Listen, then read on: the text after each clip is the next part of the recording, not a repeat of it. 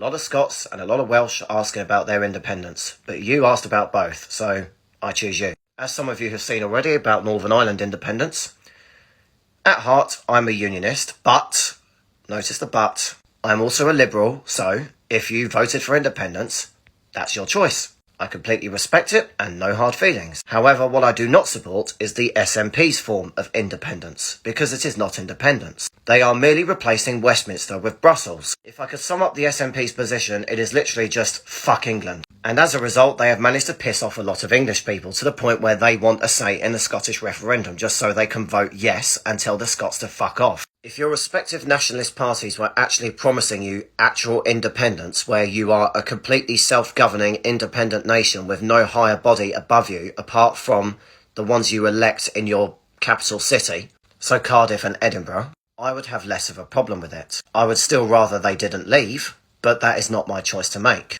And at the same time, I understand why people want to do it, because they hate Westminster. And believe it or not, most people in England hate Westminster. In fact, there is an increasing number of people who want an English Parliament.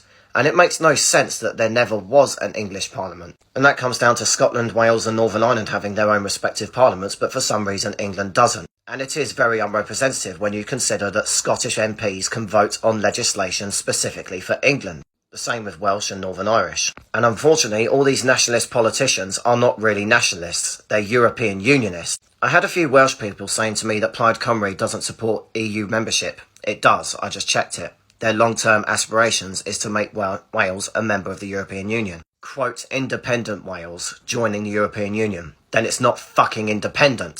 Which makes it even more funny when individual MPs say we should change the nationalist part of our names, because, nationalism. Yeah, you guys are already preparing yourselves for the EU, because the EU is fundamentally anti-nationalist. They hate nationalists. And I know exactly why your nationalist politicians will suck up to the EU no matter what. Because once you get your independence and they shackle you up to Brussels, if they lose an election, they can then go off and get an EU pension.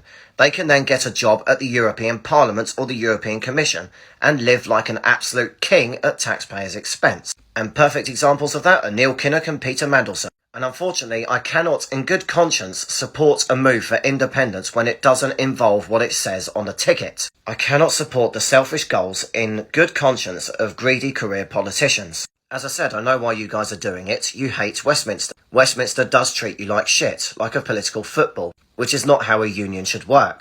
But it's no better in the EU. The way they treat their member states is disgusting.